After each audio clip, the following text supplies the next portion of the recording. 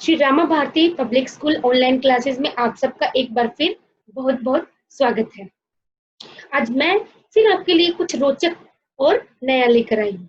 तो बच्चों, आज हम अपनी कक्षा में जो पढ़ने जा रहे हैं वो है हमारी हिंदी पाठ्य पुस्तक फुहार।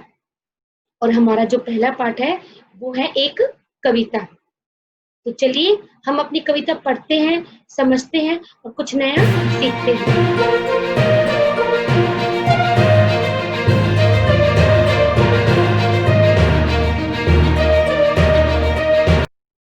तो बच्चों, ये है हमारी कविता जिसका नाम है हिमालय। आप सभी जानते हैं कि हिमालय भारत के उत्तर में स्थित है और यह दुनिया का सबसे ऊंचा पर्वत है। इस कविता में हिमालय की सुंदरता और उसके महत्व का वर्णन किया गया है। तो आओ बच्चों, कविता पढ़ते हैं और कुछ नया सीखते हैं। ऊंचे हैं, नीचे है पर्वत, मगर हिमालय अपना देख रहा है अब भी बढ़ते जाने का ही सपना। कि कवि कह रहा है कि हमारे देश में बहुत से पर्वत हैं जो ऊंचे भी हैं और नीचे भी हैं, मगर जो हिमालय पर्वत है वो अब भी आगे बढ़ते रहने जाने का सपना देख रहा है। कि हिमालय दुनिया का सबसे ऊंचा पर्वत है, लेकिन इसके बाद भी वह आगे बढ़ते रहना चाहता है। सभी पर्वतों से बढ़कर है, नभ को जाकर छूता, किस पर्वत में है हिमगिरी से ऊंचे जाने का बूटा। कवि आगे बता रहा है कि जो हिमालय पर्वत है वो सभी पर्वतों से आगे बढ़कर नभ को सबसे पहले जाकर छूता है, यानी कि बाकी सभी पर्वत उसके सामने छोटे हैं, हिमालय पर्वत ही सबसे ऊंचा है। और आगे कवि कह रहे हैं कि किस पर्वत में है, कि किस पर्वत में, बूटा मतलब साहस और हिमगिरी मतलब हिमालय, कि किस पर्वत में इतना साहस है कि वो हिमगिरी यानी हिमालय पर्वत से भी ऊंचा हो जाए।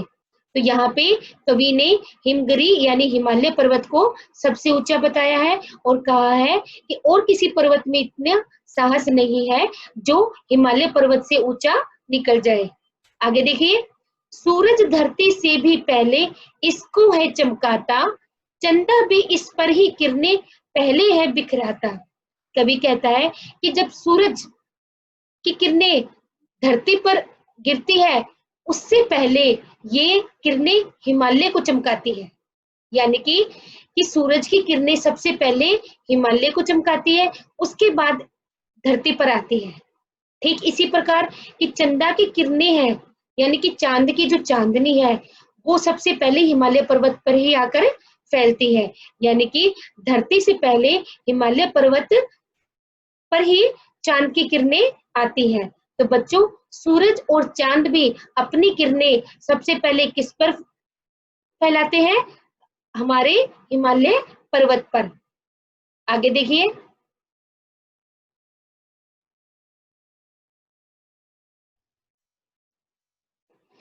आगे कवि कहते हैं, कई कई नदियों का घर है उससे है ये आती, अमृत जैसा अपना ये है मीठा पानी लाती।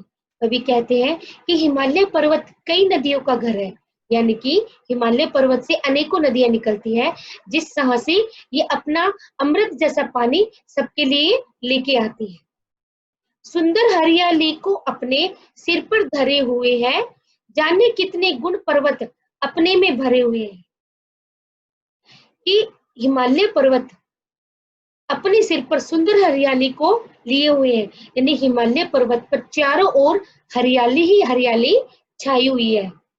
जाने कितने गुण पर्वत के, और न जाने कितने गुण हिमालय पर्वत में अपने अंदर भरे हुए हैं। यहाँ पे कवि हिमालय पर्वत के गुणों का बखान कर रहा है, यानी कि उसके गुणों के बारे में बता रहा है। आगे देखिए, गौरव इसका अब बढ़ने से कभी न रुकने वाला, भारत का यह ऊंचा मस्तक कभी न झुकने वाला। यहाँ पे कवि कहना चाहता है कि जो हिमालय पर्वत का गौरव है वो कभी नहीं रुक सकता है, यानी कि उसका गौरव हमेशा बढ़ता रहेगा, जो कभी नहीं रुकेगा। और इसी वजह से भारत का यह ऊंचा मस्तक, कि हिमालय पर्वत की वजह से ही भारत का ऊंचा मस्तक हमेशा ऊंचा ही रहेगा। भारत का मस्तक कभी भी नहीं झुकेगा।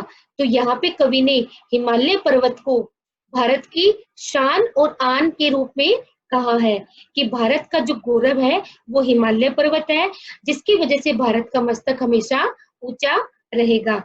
तो देखा बच्चों, इस कविता में हिमालय पर्वत के गुणों का बखान किया गया है, यानी कि हिमालय पर्वत में कितने गुण हैं।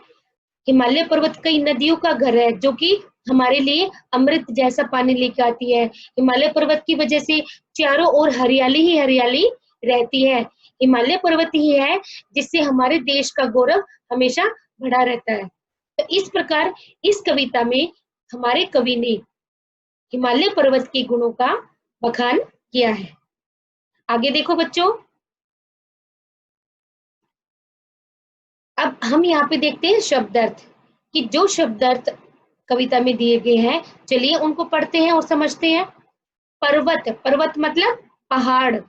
हरियाली, हरापन, हरियाली मतलब हरापन। नभ, आकाश, नभ को हम क्या कहेंगे, आकाश। धरे, धरे का मतलब रखना, रखे। हिमगिरी, हिमगिरी का मतलब हिमालय, हम हिमालय को हिमगिरी भी बोलते हैं। गौरव, गौरव मतलब गर्व। बूता, बूता शब्द का अर्थ है साहस, हिम्मत। मस्तक, मस्तक मतलब सिर। बिखराता, बिखराता शब्द का अर्थ है फैलाता। तो बच्चों, ये कविता में आए हुए शब्द हैं जिनके अर्थ आपको समझने भी है और याद भी करने हैं। आगे देखिए, नीचे श्रुतलेख दिए गए हैं। ये जितने भी श्रुतलेख जो शब्द यहाँ पे दिए गए हैं, आप इनका मौखिक और लिखित दोनों तरह से अभ्यास करेंगे, क्योंकि हमें बोलना भी आना चाहिए और हमें लिखना भी आना चाहिए। तो बच्चों, इस प्रकार कविता के द्वारा हमने हिमालय पर्वत के अनेक गुणों को समझा और जाना। हम समझ गए कि क्यों हिमालय पर्वत को हमारे देश की शान कहा जाता है। तो बच्चों, आप इस कविता को फिर से पढ़ना, समझना और शब्दार्थ और श्रुतलेख का अभ्यास जरूर करना। हम अगली कक्षा में प्रश्न उत्तर और अभ्यास कार्य करेंगे। तब तक के लिए नमस्कार।